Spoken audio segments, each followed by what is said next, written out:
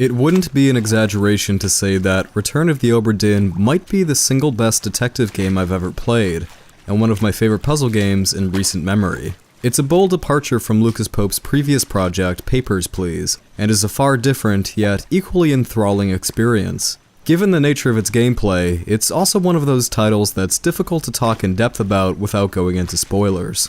At the same time, I can see a lot of people being on the fence about picking this game up, unsure whether or not it's their cup of tea. With all that in mind, I figured I would offer a short, spoiler-free rundown of the game, which will briefly go over the basic premise, as well as some of its best qualities. The footage you're about to see is from only the first 30 minutes or so of playing, so you can safely watch until the end, and then decide if you want to give it a shot. Much like its predecessor, the basic mechanics of Obra Dinn can sound pretty dull when taken at face value, but ultimately feed into a much more engrossing experience than they first seem to. Where Papers, Please had you meticulously poring over travel documents at a border inspection checkpoint, Obra Dinn gives you the thrilling task of filling out insurance paperwork for a derelict ship.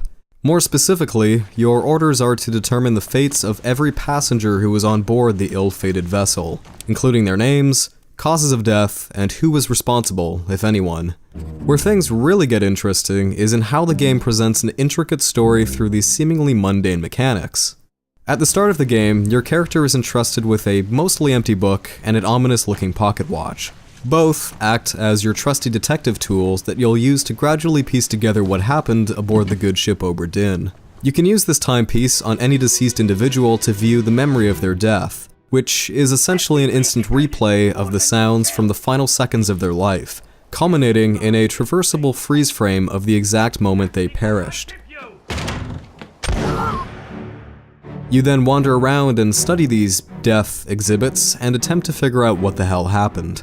Rinse and repeat for all 60 people on the manifest, until your once empty book is completely and correctly filled out. Some memories also unlock new areas of the ship for you to explore, which in turn yield more memories to discover and more of the mystery to uncover.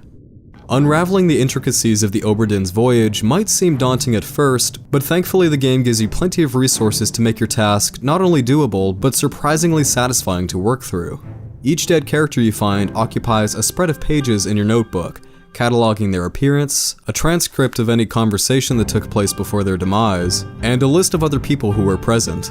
The book also provides a handy list of crew, which becomes exceptionally useful when attempting to narrow down a passenger's identity based on their nationality or role. What makes all of this challenging and rewarding is that the game never spoon-feeds you any of the answers. Decisive information is exceptionally rare, and what you are given is mostly partial knowledge, meaning you have to rely on deduction and logical reasoning to get to the truth. If you can't figure out who someone is or how they died, the game never surrenders the solution to you. It's up to you to put in the legwork and use what scattered clues you find to narrow down your options and correctly determine who done it. Of course, even with all the useful material the game gives you, solving the fates of all 60 characters is no small feat. This is where the game's brilliant verification system comes into play. Fates are confirmed in sets of 3, meaning that every time you correctly catalog the deaths of any 3 passengers, a short cutscene is triggered and that information is locked in and typeset into the book. It's a fantastic system that makes brute forcing the solutions a waste of time, while also encouraging educated guesses. It also helps to keep the game from feeling stagnant, because even if you don't have all the answers yet, you always feel like you're making some form of progress. For me, and I'm guessing a lot of other players, these sequences were among the most immensely satisfying moments the game had to offer, each one punctuated by a triumphant musical number rewarding your efforts. The game also offers a small amount of leniency when it comes to the exact cause of a character's death. For some victims on the Obra Dinn, the precise details of their passing can be somewhat ambiguous, so it's nice that the game often accepts more than one interpretation of how it happened, each of which could be considered equally correct. It prevents some of the solutions from being overly pedantic. These features make the investigation gameplay engaging in its own right, but as I mentioned previously, where the game shines the most is in how it presents almost all of its narrative through these static memories. When you boil it down to its most basic premise, the story of the Obra Dinn isn't all that original or outstanding, but it's the unconventional way in which it's told that makes for an experience that's much greater than the sum of its parts. I won't give anything away, but it's a story that's 99% show rather than tell.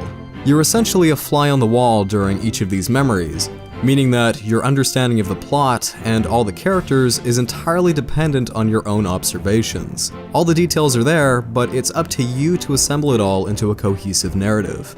The finished book will always look the same no matter what order you view its scenes in, but arriving at that complete understanding will be a different journey for every player, as each person experiences their own personal eureka moments and takes a different path to reach the truth. The result is a tale that's perfectly easy to understand from front to back, but feels uniquely indifferent to your presence as a viewer.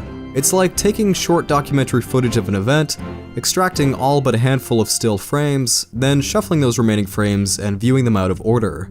The way objects and characters are positioned and the way they move across multiple memories has an excellent sense of believability to it.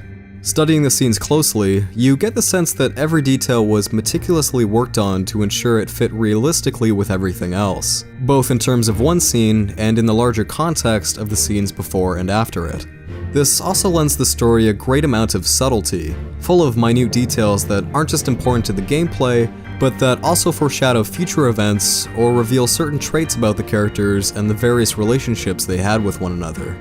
To top everything off, I've yet to even mention the game's striking 1-bit graphics, which not only look gorgeous on their own, but also serve both the setting and the detective-style gameplay really well.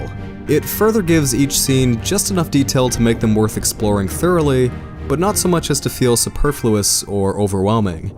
But mostly it just looks beautiful.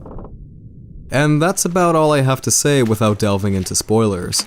It's a game that manages to be remarkably captivating, and sometimes downright surprising, despite having so few moving parts.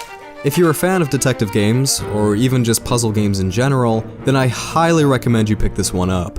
Even if this normally isn't your kind of game, I would still urge you to give it a try. Not only does it absolutely nail the style of gameplay it's going for, but it does so with so much charisma and in a way that's uniquely, cohesively interwoven with its own narrative. So, seriously, try Return of the Obra Dinn.